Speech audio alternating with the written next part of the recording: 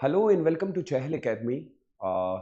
आज हम लोग फिर से एंशंट हिस्ट्री का लेक्चर नंबर 4 देखेंगे, जहाँ पे हम लेटर वैदिक पीरियड को पढ़ेंगे। अभी तक हम हड़प्पा और अर्ली वैदिक को कंप्लीट कर चुके हैं। इस टॉपिक में हम जानने की कोशिश करेंगे कि आखिर अर्ली वैदिक पीरियड और लेटर वैदिक पीरियड में क्या बदलाव आए। आप सब जानते होंगे कि PYQ यानी कि previous year question paper of prelims and mains में अक्सर यूपीएससी हमसे कंपैरिजन बेस्ड क्वेश्चन पूछता है। यानी for example religion, society, economy और पॉलिटी अर्ली वैदिक की कैसी थी और लेटर वैदिक पीरियड में कैसी। सो हमें यहाँ पे बहुत डीपली देखना पड़ेगा कि क्या बदलाव आया। तो आपको इस चैप्टर के अंदर ये देखना होगा कि चेंज किस फॉर्म में आई। अगर आप वो समझ गए तो आपका प्रीलिम्स क्वेश्चन डेफिनेटली हो जाएगा। इस टॉपिक को भी हमने एनसीईआरटी और आर एस शर्मा के बेस पे ही रखा है। आप अपनी बुक को भी चेक कर पाएंगे। इस समय हम लोग क्लास 6 एनसीईआरटी और क्लास 12 की एनसीईआरटी को रेफर करेंगे। सबसे पहले पढ़ेंगे कि आखिर लेटर वैदिक पीरियड में हुआ क्या। आप सब जानते होंगे कि अर्ली वैदिक पीरियड में जो सबसे इंपॉर्टेंट फैक्टर था कि राजन अभी तक सभा और समिति के साथ जुड़ा हुआ था। लेकिन लेटर वैदिक पीरियड में मैं लेटर वैदिक पीरियड के अर्ली पार्ट के बारे में बात कर रहा हूं, क्योंकि जो बदलाव सबसे ज्यादा आया है वो लेटर वैदिक पीरियड के लेटर पार्ट में आया है। इनिशियली सब कुछ सही था, लेकिन लेटर वैदिक पीरियड के लेटर पार्ट में राजन बदल गया। अब उसको टेक्स्ट चाहिए। अब वो लोगों के ऊपर एक रूल करना चाहता है। सभा समिति अभी है लेकिन पावर कम हो गए। यानी आप ये कह सकते हैं कि राजन ने पूरी तरीके से सभा समिति को अपने कंट्रोल में कर ही लिया है। और वहीं पे अब एग्रीकल्चर एक्स फैक्टर बन के निकला। आप सब जानते होंगे कि अर्ली वैदिक पीरियड में हमारे पास सिर्फ और सिर्फ ज्यादातर कैटल रेयरिंग होती थी। एग्रीकल्चर के आने की वजह से काफी सारे बदलाव हो गए। वो समाजी तौर पे हुए, आर्थिक तौर पे हुए और धार्मिक तौर पे भी हो गए। तो जैसे जैसे राजन एग्रीकल्चर बढ़ता गया, क्योंकि अब ये मूवमेंट भी होगी, क्योंकि ये इंडो गैंजेटिक एरियाज में बढ़ेंगे, तो डेफिनेटली आप इसमें बदलाव देखने को मिलेगा। तो आज हम इन्हीं चीजों को पढ़ेंगे कि आखिर किस तरीके के बदलाव हमें देखने को मिले और क्या ऐसी चेंज है जो हमें देखनी पड़ेगी। और ज्यादातर आपको पॉलिटिकल सिस्टम में देखना पड़ेगा कि वेरिएशन किस फॉर्म पे है, और पर्टिकुलरली विमेन के ऊपर भी सवाल पूछा जाता है। सबसे पहले हम देखते हैं कि अब ये चेंज होके नीचे की ओर जा रहे हैं। अब पंजाब से मूवमेंट हो चुकी है। हम जानते हैं कि अब ये ज्यादातर 1500 बीसी से लेके अब 1600 हम लोग पढ़ रहे हैं। हमारे पास यहाँ पे जो सोर्स रहेंगे वो यजुर्वेद, उसके बाद हमारे पास सामवेद और फिर अथर्ववेद। इसके अलावा हम लोग आर्यंका, ब्राह्मणास को भी पढ़ सकते हैं और उपनिषद से भी काफी सारी इंफॉर्मेशन ली जा सकती है। यानी इस टॉपिक को भी पढ़ने के लिए हिस्टोरियन के पास इनफ सोर्स हैं, बट यहाँ पे भी हम लोगों को ऑर्गोलॉजिकल सोर्सेज के ऊपर उतनी जानकारी नहीं मिली। सबसे पहले हम ये देखते हैं कि इस एरिया के अंदर जो इनिशियली सेटलमेंट थी वो नॉर्थन, वेस्टर्न एंड पंजाब में थी। और आप सब जानते हैं सीज के बारे में बात की गई है, लेटर वैदिक, हिमालयन, विंध्यास। अब मानिए एक्सप्लोर कर रहे हैं, मूवमेंट हो रही है, तो डेफिनेटली जब मूवमेंट होगी तो नई नई चीजों के साथ इनका इंटरेक्शन भी होता जाएगा। और उसी के साथ साथ आप देखिएगा तो ये यहां से मूव होंगे और कोशिश ये की जाएगी कि वो आर्यवर्ता, सेंट्रल इंडिया को भी कंट्रोल कर लें। और उसी तरीके से बाद में आपको याद होगा कि मगध की फॉर्मेशन भी हुई। अब यहां से देखिएगा कि आयरन वगैरह का आना, और फिर उसके बाद गंगा, यमुना, डॉब रीजन के अंदर की फर्टाइल है, तो ये अच्छी खासी एग्रीकल्चर कर सकते हैं। राजन को इसका डेफिनेटली फायदा होगा और राजन कोशिश यही करेगा कि अब सभा और समिति को अपने कंट्रोल में ले ले, या लेटर ऑन सब कुछ खत्म ही कर दे।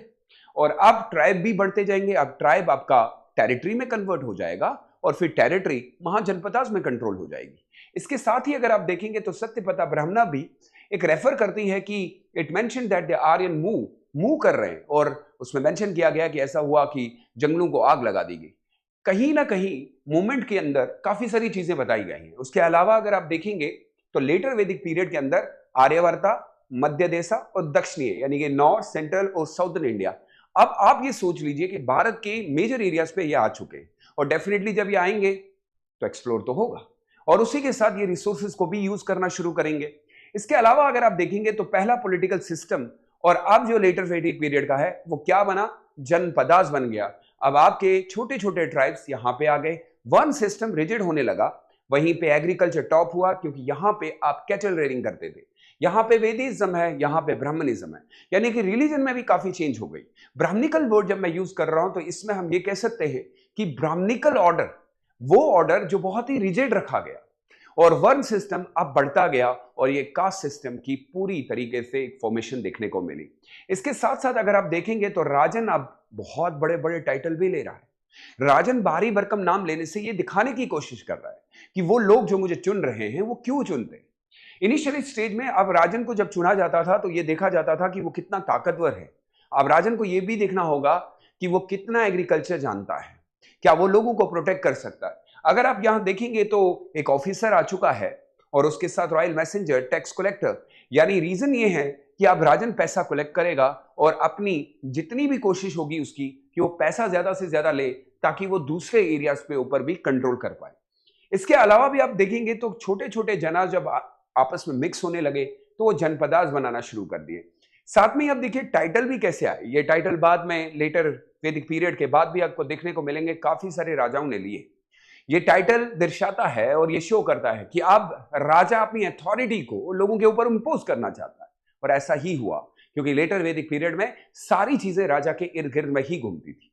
इसके अलावा भी अगर आप देखेंगे तो कुरु, उसके साथ साथ हमारे पास पंचाला, उसके साथ साथ हमारे पास काशी, ये सारे एरियाज इंपॉर्टेंट हैं। लेकिन इसमें से जो सबसे इंपॉर्टेंट हमारे पास जो हमें पढ़ना है, let's have a closer look to Magadh. और वो ही इमर्ज हुआ जहां से हमें पहली डायनेस्टी मिली, जिस डायनेस्टी का नाम था हरियंका डायनेस्टी। जी हाँ, उस डायनेस्टी के तौर पे अगर आप देखेंगे, अब किंग जो है वो अपने आप को पूरी तरीके से रिलीजियस फॉर्म में दिखा रहा है। ये बहुत ज्यादा सेक्रीफाइस करवा रहा है, रिचुअल सेक्रीफाइस बढ़ रहे हैं क्योंकि ब्राह्मणिकल ऑर्डर में वो चाहते हैं कि ये ज्यादा से ज्यादा सेक्रीफाइस करेगा, और अगर वो ज्यादा से ज्यादा सेक्रीफाइस करेगा तो प्रीस्ट की वैल्यू इंक्रीज होगी। अब याद रखिएगा कि अर्लियर और अब में फर्क ये है कि अब राजा जो सेक्रीफाइस करवा रहा है वो टेरिटरी कैप्चर करने के लिए करवा रहा है। अर्लियर लोगों के लिए करता था, उनके बेनिफिट के लिए करता था। तो कंसेप्ट ही चेंज हो गया। राजा अब ज्यादा से ज्यादा लोगों को ये दिखाने की कोशिश कर रहा है कि मैं कितना ताकतवर हूं। इसी फॉर्म में अगर आप देखेंगे तो सोशल लाइफ भी बदल रही है। हमने पढ़ा था कि फैमिली जो है वो अभी भी पैट्रियार्कल है, जो सेम हमें देखने को मिली। अत्रे ब्राह्मणा कहती है कि अभी लड़की का जो फेम है वो बहुत ही नीचे डिग्रेड हो गया। अब लड़की को उस नजर से नहीं देखा जा रहा। अब ऐसा लगता है कि लड़की एक प्रॉब्लम है और इसीलिए उसको जल्द से जल्द शादी कर लेनी चाहिए। इसीलिए आपको लेटर वैदिक पीरियड के लेटर पार्ट में अर्ली मैरिज के कंसेप्ट भी मिलेंगे। यहां पे हम लोगों को प्रैक्टिस ऑफ सती सिस्टम के रेयर केसेस भी देखने को मिले। इससे ये साबित होता है कि the women in the royal household enjoy certain privilege, लेकिन ऊपर वाली फैमिलीज जो एलीट क्लासेस की थी वो अभी भी उनको कुछ ना कुछ हेल्प मिल रही थी, या हम ये कह सकते हैं कि थोड़ी बहुत उनकी हालत नीचे वाली फैमिलीज से बेटर थी। इसके अलावा अगर आप देखेंगे तो मोनोगैमी पोलोगैमी कंटिन्यू रही, जो कि हमें अर्ली वैदिक पीरियड में भी मिली, लेकिन चाइल्ड मैरिज कॉमन हो गई। Origin of later practice of the sati has sometime been traced। मैं ये नहीं कह रहा कि हो चुकी थी, लेकिन कहीं ना कहीं रेयर केसेस हमें देखने को मिले, क्योंकि प्रैक्टिस ऑफ सती सिस्टम का आपको कंसेप्ट क्लियरली गुप्ता पीरियड में दिखने को मिलता है। इसके अलावा अगर आप देखेंगे, इन स्पिरिचुअल इंटेलेक्चुअल डेवलपमेंट में विमेन फेयर अलाउड अभी भी हैं, लेकिन आपको याद रखना पड़ेगा कि अब वो सभा और समिति में अपने पावर खो बैठी। और इसके अलावा जस्टिफिकेशन में कहीं ना कहीं मेंशन किया गया कि अभी वो लर्निंग कर रही है, यानी कोई ना कोई वुमेन को अभी लर्निंग दी जा रही है, जहां पे हमें ऐसा पता चलता है कि वो डिस्कशन भी कर रही है। बट एक या दो केसेस से ये क्लियर नहीं होता कि वुमेन की हालत बेटर थी। अब ओवरऑल आप ये कह सकते हैं कि वुमेन की कंडीशन डिग्रेड हो रही थी, और उसका रीजन मैं आपको पहले ही कह चुका हूं, क्योंकि अब एग्रीकल्चर कर रहे हैं और राजा बढ़ रहा है, सोशल लाइफ भी बढ़ रही है, और अब ब्राह्मण के अकॉर्डिंग सब कुछ चल रहा है और राजा भी ब्राह्मण को ही फॉलो कर रहा है। इसके अलावा अगर आप देखेंगे तो 4-4 सिस्टम भी आ चुका है। प्योरली आप देखेंगे तो कंप्लीट रिजिडनेस है, यानी इसमें आप कोई भी चांस नहीं है कि आप कोई भी ऊपर का बंदा नीचे आएगा ना नीचे का बंदा ऊपर जाएगा। अर्लियर वैदिक पीरियड में आपको याद है मैंने कहा था कि ये सारा वर्ण सिस्टम जो है it was based on the occupation rather than by birth, लेकिन अब कंप्लीटली रिजिडनेस है। अब वो ब्राह्मण, क्षत्रिय, वैश्य, पहले हमें ये देखने को मिला कि ये दो क्लासेस, इन दो क्लासेस के ऊपर बर्डन है। वेश्यास क्लासेस को कुछ प्रिविलेज तो थे, लेकिन आप कह सकते हैं कि शूद्रास और वेश्यास क्लासेस बहुत ज्यादा सफर कर रही थी, क्योंकि उनके ऊपर ही सारा बर्डन था। इन लेटर ऑन आप सब जानते हैं, बाद में इन्हीं लोगों ने डिसाइड किया कि उनको इंडिपेंडेंट होना है। साथ में ही अगर आप देखेंगे तो इकोनॉमी बढ़ी है। यस ऑफ कोर्स, अर्ली वैदिक पीरियड से लेटर वैदिक पीरियड की इकोनॉमी इसलिए बढ़ेगी क्योंकि अब ये एग्रीकल्चर कर रहे हैं, लेकिन याद रखिएगा कि एग्रीकल्चर के साथ साथ ये आप कैटल रेयरिंग भी कर रहे हैं। इनके पास भी डाइवर्स टाइप ऑफ स्पेशलाइजेशन है, ये कारपेंटरी का काम भी करते हैं, इनके पास और भी नॉलेज है जहां पे ये आयरन का काम भी करते हैं। सो हम ये कह सकते हैं कि अर्ली वैदिक पीरियड से लेटर वैदिक पीरियड की जो इकोनॉमी थी वो अच्छी थी और लोगों का जो स्टेटस था वो बढ़ रहा था। बट जैसे जैसे इस इकोनॉमी का बढ़ना शुरू हुआ तो राजा ने अपने हिसाब से लोगों को गाइड भी करना शुरू कर दिया। इसका फायदा देखिए कि अब कैटल रेयरिंग से सीधा आप लोग एग्रीकल्चर में गए और उसी के साथ साथ अब हमारे poultry, internal trade, foreign trade सब कुछ स्टार्ट हो गया। यानी अगर हम इकोनॉमिक पर्सपेक्टिव से देखें तो ये टाइम पीरियड अच्छा था, लेकिन क्या उस इकोनॉमी से लोअर स्टेटस या लोअर लोग जो उस समय कॉमन इंसान थे क्या उनको फायदा हो? तो नहीं हुआ। इसके अलावा अगर आप देखेंगे तो ट्रेडिंग क्लास जो वेश्यास थी उन्होंने अपना एक पूरा ऑर्गेनाइजेशन बनाया था, उसके खिलाफ गोल्ड एंड सिल्वर अभी भी यूज हो रहा था। लेकिन याद रखिएगा अभी भी कोई इस तरीके से बैट्रिक मनी का इस्तेमाल नहीं, क्योंकि सिस्टम अभी भी बार्टर सिस्टम ही था। यानी हम ये नहीं कह सकते कि वहां पे कोई मनी का ट्रांसफर होता था। लेकिन कुल मिला के बात यह है कि इस समय के लिए आपका एग्रीकल्चर बिल्कुल फ्लोरिश हो चुका है। यही चीज है कि अब मगध क्रिएट होगा और वो बहुत बड़ा नाम बनाएगा। इसके अलावा अगर आप देखेंगे तो लेटर वैदिक पीरियड में रिलीजन में भी काफी सारी चेंज आ गई। अब आप देखेंगे कि जो पुराने आपके गॉड्स थे उनके नाम चेंज कर दिए गए और अब आप देखिए कि कंसेप्ट सैक्रिफाइस बढ़ रहे हैं और आपके जैसे जैसे सैक्रिफाइस बढ़ेंगे तो मैंने कहा था कि आपके प्रीस्ट का पैसा भी बढ़ेगा। उसके अलावा प्रीस्ट अब जो है वो अब प्रोफेशन बन चुका है। वहीं पे अब आप देखिए प्रीस्ट को डिक्रीज कर दिया गया है और हर एक को कहा गया रिचुअलिज्म से ही सब कुछ मिलेगा। यानी परिभाषा बदली और उसके बाद फिर लेटर वैदिक पीरियड के कंसेप्ट हम लोगों को आगे तक देखने को मिले और धर्म को उन्होंने अपने तरीके से यूटिलाइज भी करवाया। काफी सारे लोगों को तो वेद पढ़ने की ही इजाजत नहीं थी। ये तो तब हुआ जब उपनिषद का कंसेप्ट आया, लोगों ने पढ़ना शुरू किया और फिर पता चला कि हमें आत्मन के बारे में भी तो बता दीजिए। इस तरीके से अर्ली वैदिक पीरियड में मैं चाहूंगा कि आप PYQ यानी कुछ क्वेश्चन दिए गए, जरा देखते हैं हमने अपने इस टॉपिक में से क्या ये सारी चीजें की। ये सवाल है, मैं चाहूंगा कि आप इस वीडियो के नीचे कमेंट बॉक्स में इनके आंसर जरूर दीजिएगा। मुझे उम्मीद है इस क्लास को देखने के बाद आप इजीली आंसर देंगे। ये 2017 का क्वेश्चन पूछा है जहां पे वो ऋग्वेदिक को आर्यन से डिनोट करने की कोशिश कर रहा है और पूछा है कि आर्यन के पास ऐसा क्या नहीं था जो हमें हड़प्पा में मिला और हड़प्पा के पास ऐसा क्या नहीं था जो आर्यन में मिला।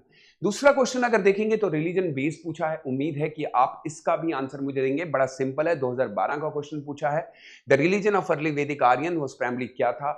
उसके अलावा भी अगर आप देखेंगे तो 2011 में क्वेश्चन पूछा गया है। धर्म के ऊपर ज्यादा क्वेश्चन पूछता है, इससे इंडिकेशन होती है कि आपको रिलीजन के ऊपर ज्यादा पढ़ना पड़ेगा।